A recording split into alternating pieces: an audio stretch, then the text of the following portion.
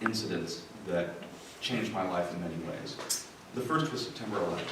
I was in DC on that morning, September 11, 2001, and my office was a few blocks away from the White House, and when we finally got word that the Pentagon had been hit, we all evacuated as orderly as possible, basically the entire city walking northwards on this beautiful day in Washington. And I got to my apartment about 10 blocks north of where I was working, and I felt pretty much helpless like everyone else at that time. And so my wife said, well, why don't you do what you always do and start some kind of discussion online about it?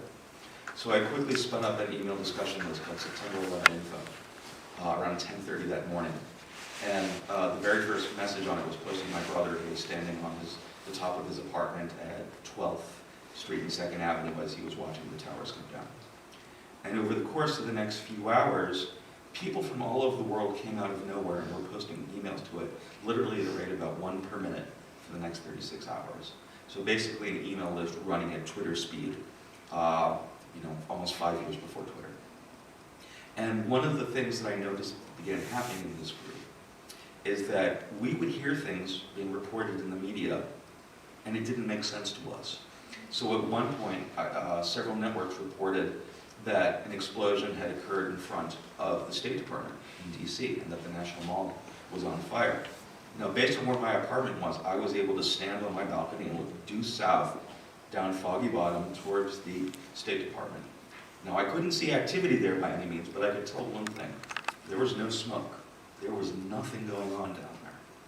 And so a number of us on this listserv just started exchanging information about what we could figure out and what we couldn't. It was just a bunch of us who were, very few of us on the group were journalists. I certainly wasn't at the time. We just were in a situation that we were finding very stressful and upsetting, and we wanted, in a way, to empower ourselves by informing each other as best we could. So fast forward 5 years, and I suddenly find myself at NPR. I was recruited in late 2005, early 2006, essentially to become one of the very first people to be hired by a news organization to think about what eventually became known as social media.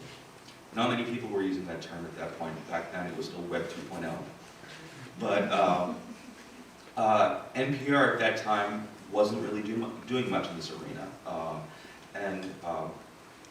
The woman who recruited me, Maria Thomas, who was the head of the digital part of the company back then, had this suspicion that at some point it would be important.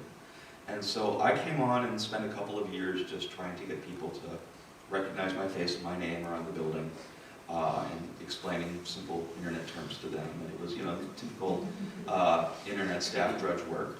But then in 2007, I started using Twitter about the same week, about a week before Tim did, probably, give or take, because a bunch of us were all going to a PBS NPR tech conference, and all joined at roughly the same time so we could bug each other about which sessions were the most boring, basically.